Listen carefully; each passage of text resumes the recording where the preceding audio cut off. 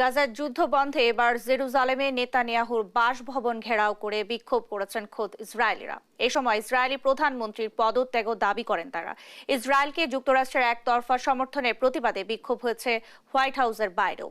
এছাড়াও গাজায় ইসরায়েলি আগ্রাসনের প্রতিবাদে বিশ্বের বিভিন্ন প্রান্তে ফিলিস্তিনপন্থীদের বিক্ষোভ অব্যাহত রয়েছে। বিস্তারিত লিমন হোসেনের ডেস্ক রিপোর্টে। জেরুজালেমে ইসরায়েলি প্রধানমন্ত্রী বেনিয়ামিন নেতানিয়াহুর বাসভবনের বাইরে শত শত বিক্ষোভকারীর ভিড়, দিচ্ছেন যুদ্ধবিরোধী নানা স্লোগান।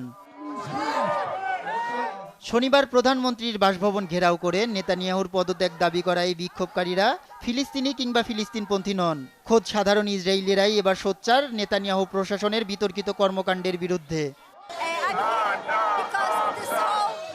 সরকার আমাদের সন্তানদের সামরিক বাহিনীতে যোগ দিতে বাধ্য করছে, জীবন বাজি রেখে তাদেরকে যুদ্ধ করতে বাধ্য করছে, অথচ নীতি নির্ধারকদের সন্তানরা নিরাপদে রয়েছে।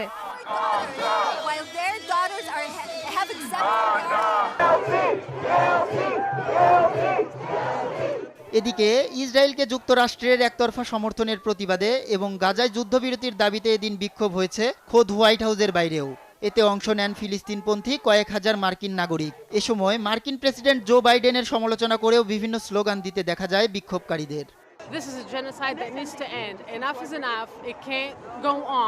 গাজায় এই মুহূর্তে যা চলছে তা গণহত্যা, যথেষ্ট হয়েছে। এবার নিরপরাধ মানুষগুলোকে হত্যা বন্ধ করতে হবে।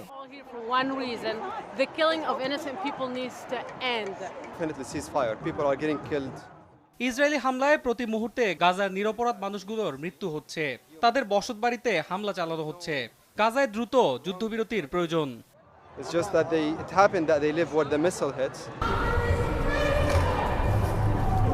গাজায় ইসরায়েলি আগ্রাসনের প্রতিবাদে বিক্ষোভ হয়েছে কানাডার টরন্টো ও অটোয়াতেও। ফিলিস্তিনিদের প্রতি সমর্থন জানাতে ফ্রান্সের রাজধানী প্যারিসের রাস্তায় নামেন হাজারো ফরাসি। ইসরায়েল বিরোধী বিক্ষোভ হয়েছে জার্মানির বার্লিনেও।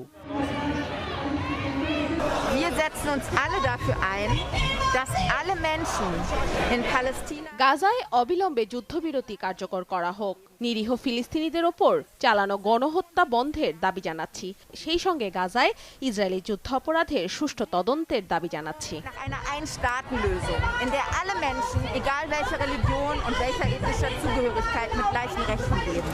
এছাড়াও গাজায় চলমান যুদ্ধ বন্ধের দাবিতে তুরস্ক, ভেনেজুয়েলা, চিলি সহ বিশ্বের নানা প্রান্তে বিক্ষোভ অব্যাহত রয়েছে। লিমন হোসেন, নিউজ ডেস্ক, দেশ টিভি।